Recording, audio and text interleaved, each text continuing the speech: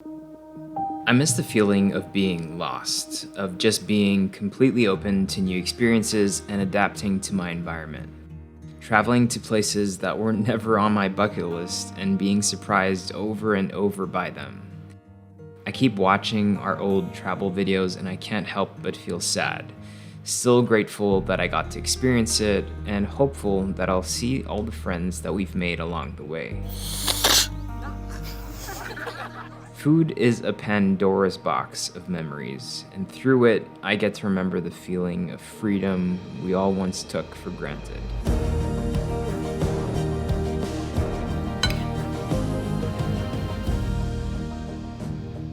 I hope you guys enjoyed that intro. It's slightly different from what we usually do, but when I was cooking this dish, it just got me feeling really sentimental, and just gave me that pang of knowing that we won't be able to travel like we used to for quite a while now. So as I mentioned in previous videos, burnt coconut is a very common Filipino flavor in certain regions in the Philippines, like Bicol, or down south in parts of Mindanao. And one of my favorite applications of this ingredient, of the charring of the coconut, is in a tausug dish called Tiyula Itum, which is basically like a blackened coconut beef soup that is just so flavorful and so comforting and so heartwarming. The most technical part of this dish is the charring, or the burning of the coconut rather. You're not looking to turn it into full-on charcoal. You don't want this to be kind of like chalky and charcoaly. We're looking to just burn that first layer of quote-unquote skin of the coconut meat. That's gonna give us not only the cool color of the dish, of the soup, but it also gives us a really cool flavor. Like if you taste it, it's like an almost nutty, almost burnt toast flavor that when it's in the soup with the ginger and the turmeric and all the garlic comes out really nicely. Okay, that's covered, so we can go ahead and just crack one of these open and start the whole process. Easiest way to do this is to grab the coconut firmly in one hand and hit it around its waist, for the lack of a better term, or its equator, basically. That's basically where it's at its weakest. Make sure you're using the dull side of the knife so that you don't chop off your whole hand. Hit it a couple times while going around to gently crack it. Make sure you hold it tight and don't slip like I did.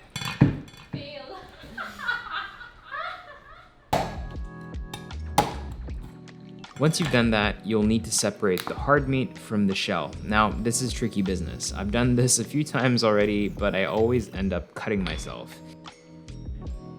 The meat is quite stubborn, so you can start off by breaking the coconut into smaller pieces and then using a knife or the prying method to get things moving with a spoon. If this is too much work for you, you can also just char the whole coconut, meat side down and then shell side down on the stove or even in your oven.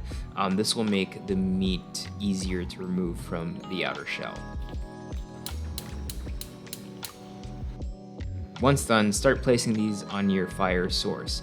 You'll be moving them around quite frequently, especially on a stove, to make sure that you're getting an even burn. You can also do this on a grill setting in an oven, or you can also do this quite easily outside on some charcoal. Once your pieces are like 80 to 90% black, you're good to go. You can run these under some water to remove any excess charcoal. Pat them dry and then either pound them with a pestle and mortar or pulverize them in a blender or food processor.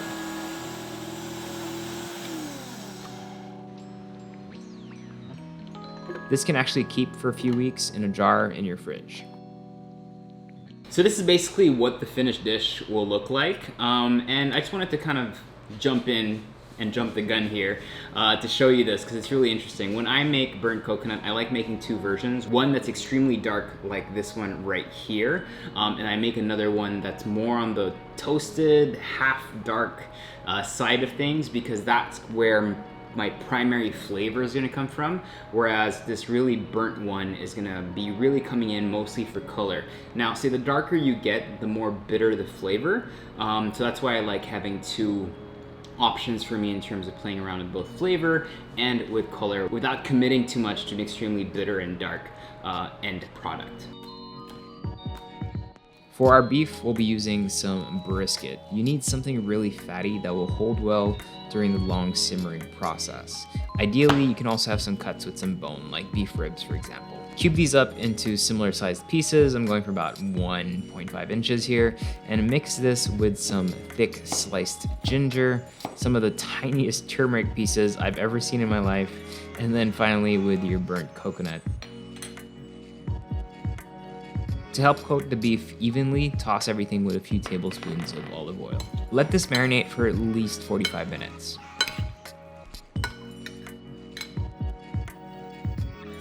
For our other aromatics, you'll just need some garlic, shallots, lemongrass, and chillies. Just mince everything. The chilies we will use to finish later to make sure that we control the level of spiciness. The lemongrass, simply just separate the white from the green parts, tie the leaves together, and then pound the stalks.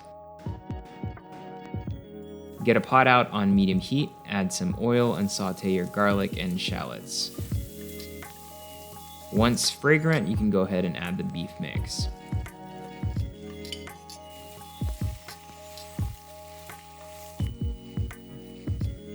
Cover with half and half water and beef broth, place the lemongrass in there, make sure everything is nice and snug, and make sure it's all the way covered with your liquid. Bring this to a boil and then simmer for about 2 hours.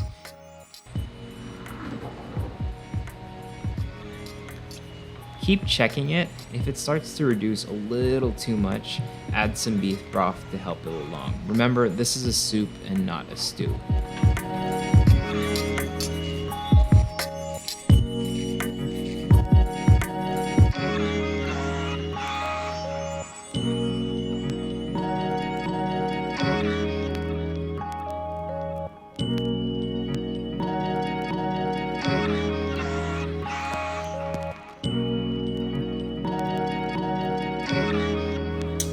This to me looks so good, and yes, by the way, if you're wondering, I'm kneeling on the floor because I only have one camera today, so I can't get this framing quite right.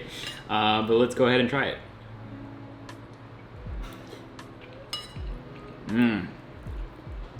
I mean, obviously the beef is beautiful because we cooked it for so long, but the flavors of the ginger, the chili, the turmeric,